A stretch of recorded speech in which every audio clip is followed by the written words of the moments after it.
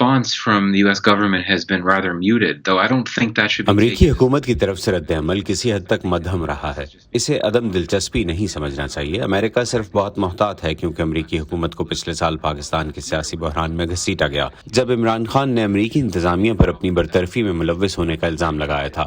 میں سمجھتا ہوں کہ یہاں واشنگٹن میں یہ سوچ ہے کہ انتظامیہ کے لیے یہ صحیح وقت نہیں کہ وہ جو کچھ ہو رہا ہے اس پر بیانات جاری کرے، کیونکہ انہیں خطرہ ہے کہ ایک بار پھر انہیں اس میں گھسیٹا جائے گا جس سے وہ بچنا چاہتے ہیں.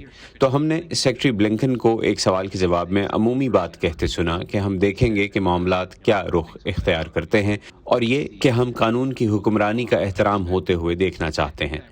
میرے خیال میں یہ حقیقی امریکی نقطہ نظر ہے. امریکی حکومت نہیں چاہتی کہ لمبے عرصے تک بدامنی رہے. وہ جمہوریت کو غالب دیکھنا چاہتی ہے، لیکن وہ ایک بہت محتاط موقف کا اظہار کر رہی ہے.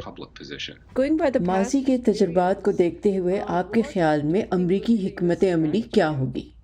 The current administration continues to view the army and the army chief as a very موجودہ امریکی انتظامیہ پاکستانی فوج اور آرمی چیف کو امریکہ پاکستان تعلقات میں ایک انتہائی اہم بات چیت کرنے والے کے طور پر دیکھتی ہے، جس کا مطلب ہے کہ آگے انتخابات اور دیگر معاملات جو بھی ہوں، واشنگٹن میں یہی رائے پائی جاتی ہے جو میرے خیال میں درست ہے کہ فوج ایک بہت ہی طاقتور سیاسی کردار ادا کرتی رہے گی.